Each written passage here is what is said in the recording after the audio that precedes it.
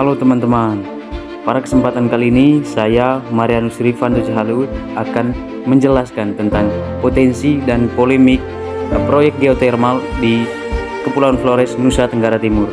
Sebelum kita lanjut ke inti video, jangan lupa klik tombol subscribe, komen, dan like.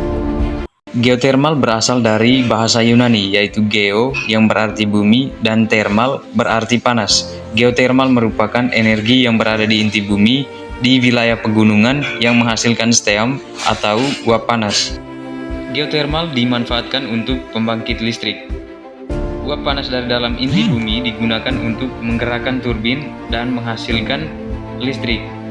Energi geotermal dieksploitasi dengan cara mengekstraksi panas dari dalam bumi dan mengubahnya menjadi sumber energi yang bermanfaat.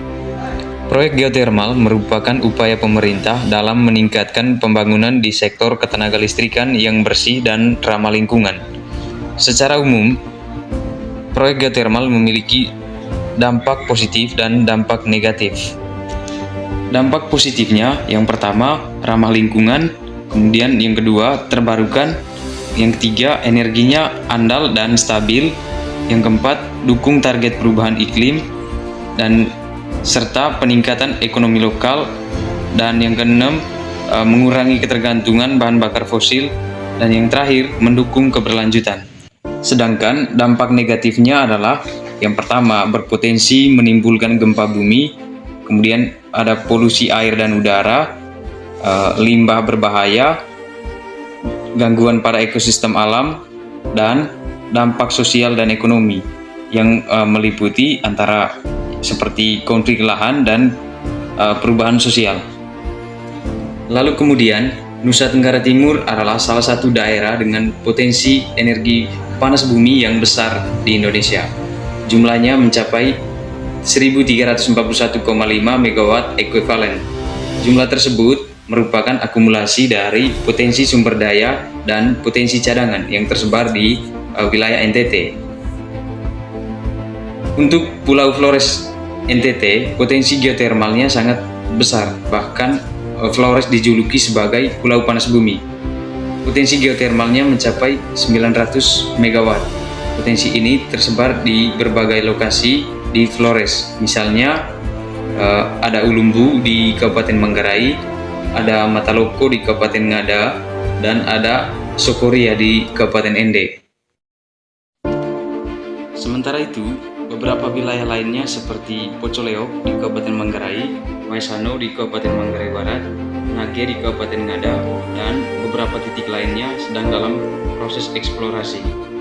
Semenjak penetapan Pulau Flores sebagai Pulau Panas Bumi yang dikeluarkan dalam Surat Keputusan Menteri Energi dan Sumber Daya Mineral tahun 2017 menyebabkan gencarnya ambisi pemerintah untuk melakukan eksplorasi geotermal di wilayah Kepulauan Flores.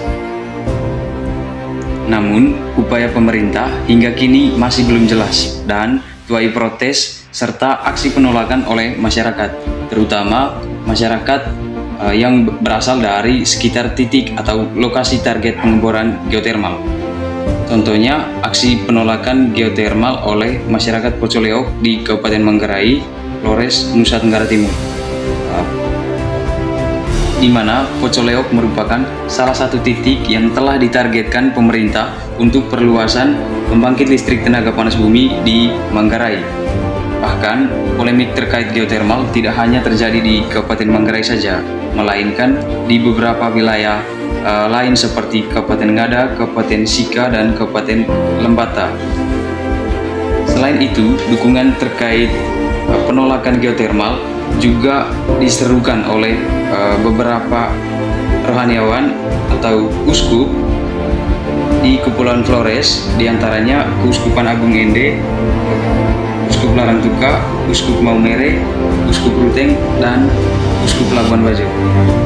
Alasan penolakan geotermal oleh warga maupun tokoh agama adalah keprihatinan mereka terhadap dampak proyek terhadap lahan pertanian, mengingat sebagian besar penduduk di Kepulauan Flores menggantungkan hidupnya pada sektor pertanian dan proyek ini dinilai bisa merusak ekosistem alam di Pulau Flores.